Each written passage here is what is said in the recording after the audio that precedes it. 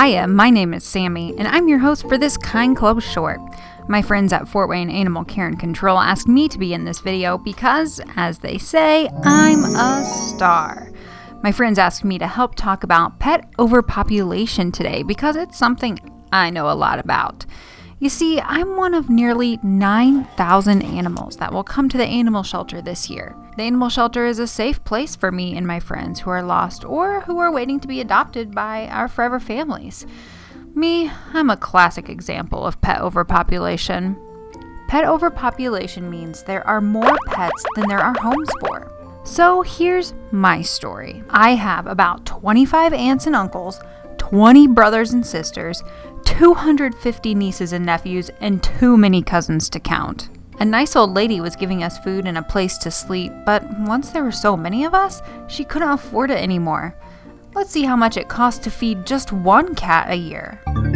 Okay, so people spend about $10 a month on food for one cat. So there are 12 months in a year. That's 12 times $10. Can you help me figure out how much money people usually spend on cat food for one cat in a year? That's right, $120. Wow, that's a lot of money. And that's just for one cat. Let's see how much money it would cost to feed 5 cats for 1 year. So $120 times 5 equals $600? That's just for food. Whoa! And there are lots of other things pet owners have to spend money on to keep pets safe, happy, and healthy. No wonder that nice old lady who was taking care of us brought us here. That's so much money, and every few months there would be more and more kittens. So I came here when I was a tiny baby with a group of 6 of my brothers and sisters who were born at the same time as me. We call that a litter. We were really little, so we went to a foster home where really nice people took care of us until we were big enough to come back to the shelter to get adopted. When we were in our foster home, there were hundreds of other litters of kittens just like us in foster homes too. I bet you're wondering, why are there so many kittens and cats? Well, in just a few years, as many as 100 to 400 cats can come from just one female cat. That's crazy.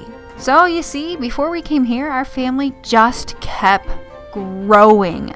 But after a few weeks with our foster family, we all came back to the shelter and had a simple, safe, and quick surgery so we can't have babies. You may have heard the words for it before, spay and neuter. The surgery for girls is called spay, and the surgery for boys is called neuter. Spaying and neutering is the best way to stop pet overpopulation. Plus, pets that are spayed and neutered are healthier, less likely to run away, and we live longer. Once I was A-okay, I moved over here into the adoption center with my mom and brothers and sisters. Some have already been adopted, and now I'm just waiting for my perfect family.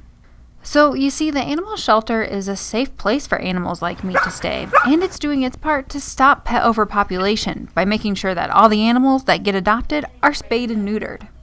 But all this talking has worn me out.